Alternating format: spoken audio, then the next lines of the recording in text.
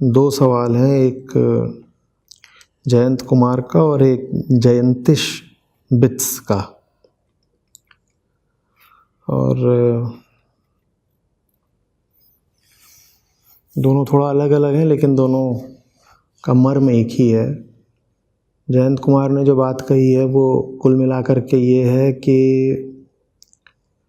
भारत में जातिगत भेदभाव और अन्याय बहुत हुआ है और ब्राह्मण सारे बाहर से आए थे, यूरेशिया से आए थे, विदेशी हैं, और जो यहाँ के मूल निवासी थे उनके साथ ब्राह्मणों ने छल करा और उसी छल को एक वैधानिक रूप देने के लिए सब वेद और बाकी सारे शास्त्र लिखे गए हैं, जिसमें इन्होंने मनुस्मृति भी जोड़ी है। और फिर कह रहे हैं कि मुझसे कह रहे हैं कि आप बार बार उपनिषदों की श्रेष्ठता बता करके इनडायरेक्टली ब्राह्मणों को सपोर्ट कर रहे हैं।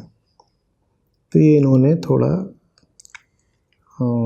इल्ज़ाम जैसा लगाया है। कह रहे हैं कि भाई ब्राह्मणों ने बड़ा अन्याय वगैरह करा है और ब्राह्मणों के अन्याय के केंद्र में ब्राह्मणों के ग्रंथ रहे हैं और उन ग्रंथों में इन्होंने मनुस्मृति और उपनिषदों को अगल बगल रख दिया। और फिर मुझसे कह रहे हैं कि आप उपनिषदों का इतना ज़्यादा नाम लेकर के इन शोषक ब्राह्मणों को सपोर्ट कर रहे हैं, जयंत कुमार। अच्छा, उसके साथ में ये जयंतिश बिट्स का सवाल है और उन्होंने भी कुछ ऐसी बात कही है जिसके अंत में उन्होंने लिखा है कि आपको अगर लोगों को मोटिवेट करना ही है तो आप उन्हें गीता की जगह साइंस और इन्वेंशंस की तरफ जाने को क्यों नहीं कहते। अच्छा, देखो जयंत, बिना जाने समझे बेटा कुछ भी नहीं बोलने लग जाते। दो किताबों का नाम ले रहे हो, उन्हें पढ़ लो, फिर उनके बारे में कुछ बोलो। तुमने क्या किया है? तुमने उपनिषदों को और मनुस्मृति को बिल्कुल एक ही तराजू में तोल दिया। ये दोनों बहुत अलग अलग रचनाएं हैं। उपनिषद वैदिक दर्शन का शिखर है।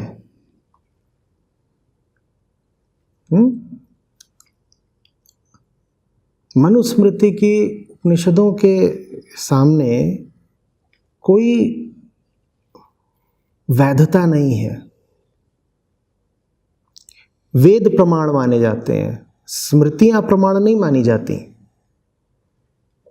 जितने भी भारत में दर्शन हुए हैं उनको थोड़ा भी पढ़ोगे तो सब एकमत होकर के एक स्वर से कहते हैं कि वेद प्रमाण है। तो कहीं भी कोई भी मुद्दा उठे, कहीं भी कोई भी मतभेद हो, स्पष्टता चाहिए हो, क्या धर्म है, क्या अधर्म, क्या करना है, नहीं करना है, इसका आखिरी प्रमाण वेद है। ठीक है ना। और वेदों का मर्म, वेदों का केंद्र है उपनिषद। अब तुम कह रहे हो कि ब्राह्मणों ने मूल निवासियों का शोषण करने के लिए उपनिषदों और मनुस्मृति आदि की रचना की।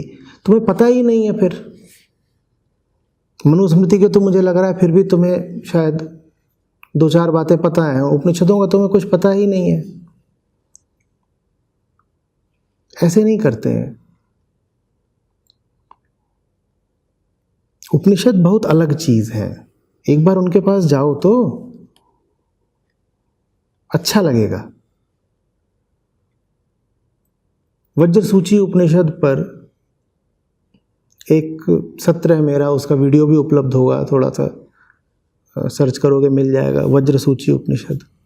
उपनिषद खुद बताते हैं कि वर्ण व्यवस्था का वास्तविक मतलब क्या है, और बड़ा सुंदर अर्थ है। साफ साफ कहते हैं उपनिषद कि जन्म से कोई किसी वर्ण का नहीं हो जाता। साफ बताते हैं कि तुम जीवन में जो चुनाव करते हो और जिस तरह के कर्म करते हो वो निर्धारित करते हैं कि तुम्हें किसी पल में, किसी जगह पर, किसी मुकाम पर ब्राह्मण कहा जाए, वैश्य कहा जाए, शूद्र कहा जाए। तो बहुत ऊंचे ग्रंथ हैं उपनिषद। उपनिषदों का संबंध जातिवाद से मत जोड़ लो। ब्राह्मणों को लेकर तुम्हारे मन में जो भी भावना है उसकी छाया उपनिषदों पर मत पड़ने दो।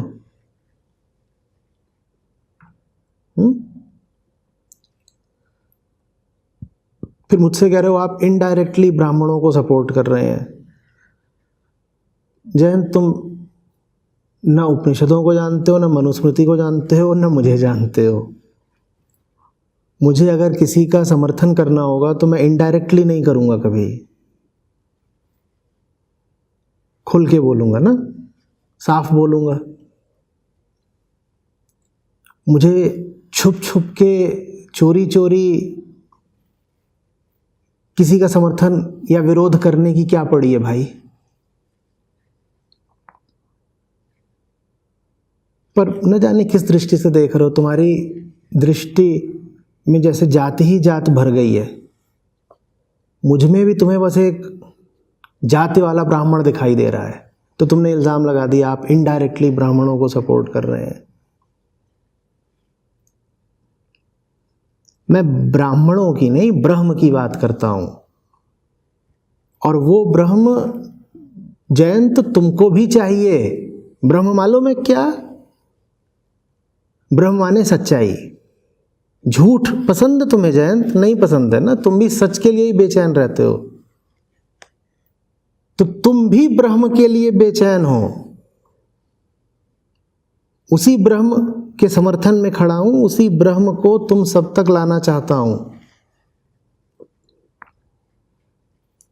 ब्राह्मणों की बपौती नहीं है ब्रह्म। ब्रह्म हम सबके भीतर की बेचैनी का समाधान है। ब्रह्म हम सबकी ये जो जीवन यात्रा है उसकी मंजिल है। आदमी हो, औरत हो, हिंदुस्तानी हो, ईरानी हो, ब्राह्मण हो, क्षत्रिय हो, शूद्र हो, जिसको ही ब्रह्म नहीं मिला उसी का जीवन अकारथ रह गया।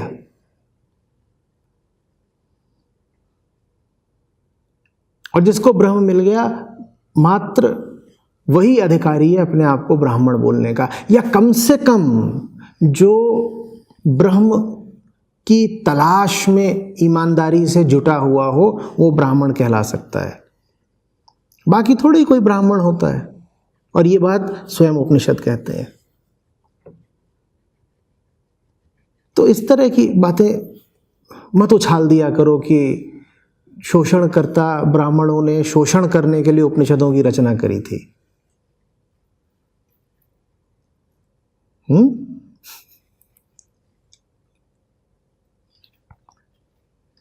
अब जयंतीश कह रहे हैं कि आप लोगों को गीता की तरफ क्यों भेज रहे हैं, विज्ञान की तरफ क्यों नहीं भेज रहे। बेटा बहुत जाहिर सी बात है ना, विज्ञान तुम्हें थोड़ी बताएगा क्या चीज़ करने लायक है, क्या चीज़ नहीं करने लायक है। तुम्हारे भीतर डर बैठा हुआ है। बताओ विज्ञान की कौन सी किताब तुम्हारा डर मिटा देगी। तुम्हारे भीतर जलन बैठी हुई है, जलन। विज्ञान की कौन सी किताब तुम्हारे भीतर से जलन, डाह, ईर्ष्या मिटा देगी। तुम्हारे भीतर भयानक काम वासना धधक रही है। बताओ विज्ञान की कौन सी किताब तुम्हारी काम वासना को शांत कर देगी। तो ये तुमने क्या मुकाबला खड़ा कर दिया कि गीता विरुद्ध विज्ञान, गीता वर्सेस साइंस। गीता का काम है तुम्हारे आंतरिक जगत में तुम्हारी मदद करना, और विज्ञान का काम है बाहरी जगत की गुत्थियां सुलझाना। गीता काम नहीं आएगी अगर तुमको कोई वैज्ञानिक आविष्कार करना है, कम से कम सीधे सीधे काम नहीं आएगी। और निष्काम कर्म क्या चीज होती है और उसकी क्या उपयोगिता है ये तुम्हें जानना है, तो इसमें विज्ञान काम नहीं आएगा, इसमें गीता ही काम आएगी। लेकिन वही फिर बात है,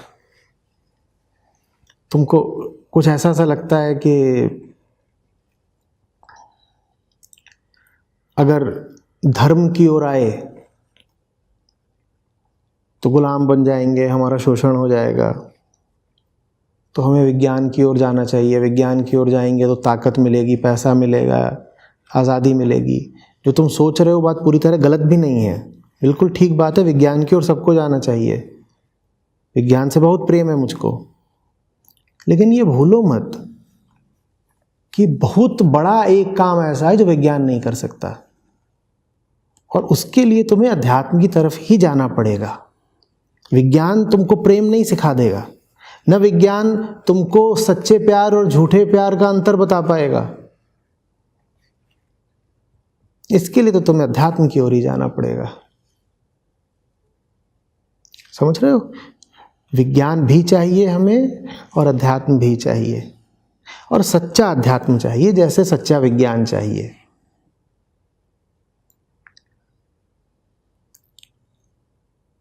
जैसे विज्ञान में कुछ किताबें होती हैं ना जो खरी खरी होती हैं, ये किताब है, ये असली है,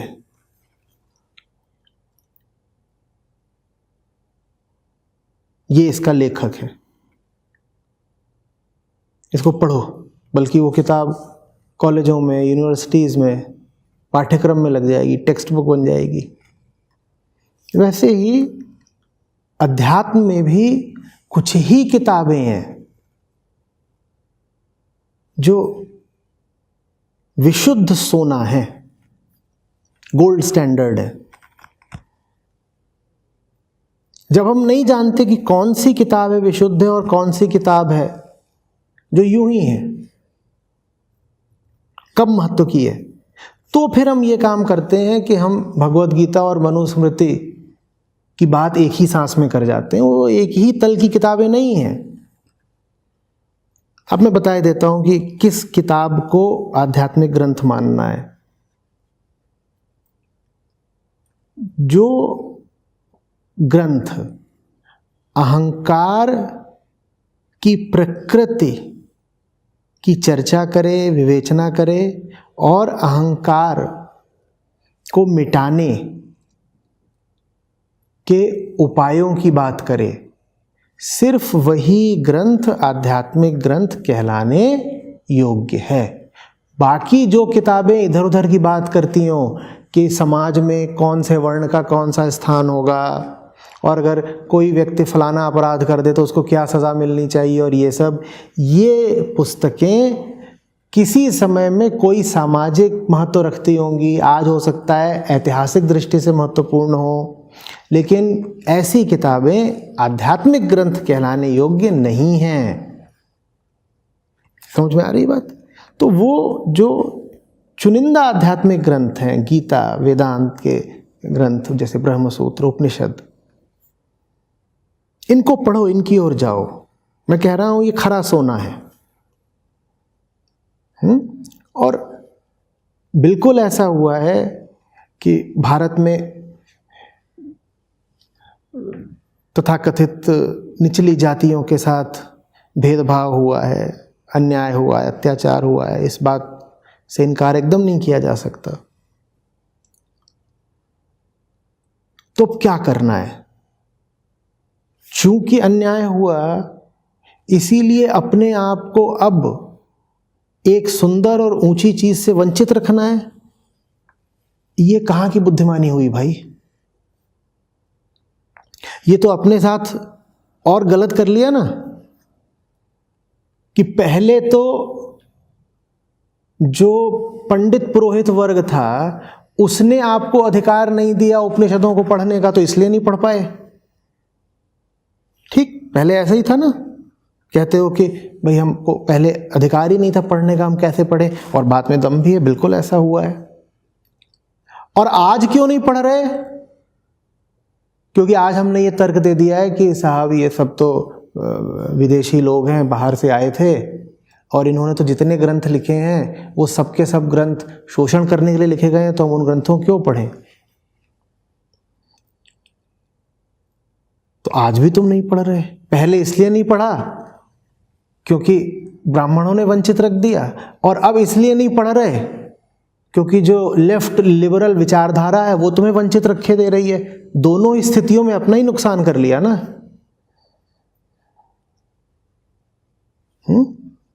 मैं बिल्कुल किसी को कभी नहीं कहता हूं कि कोई भी बात आंख मूंद करके मान लो।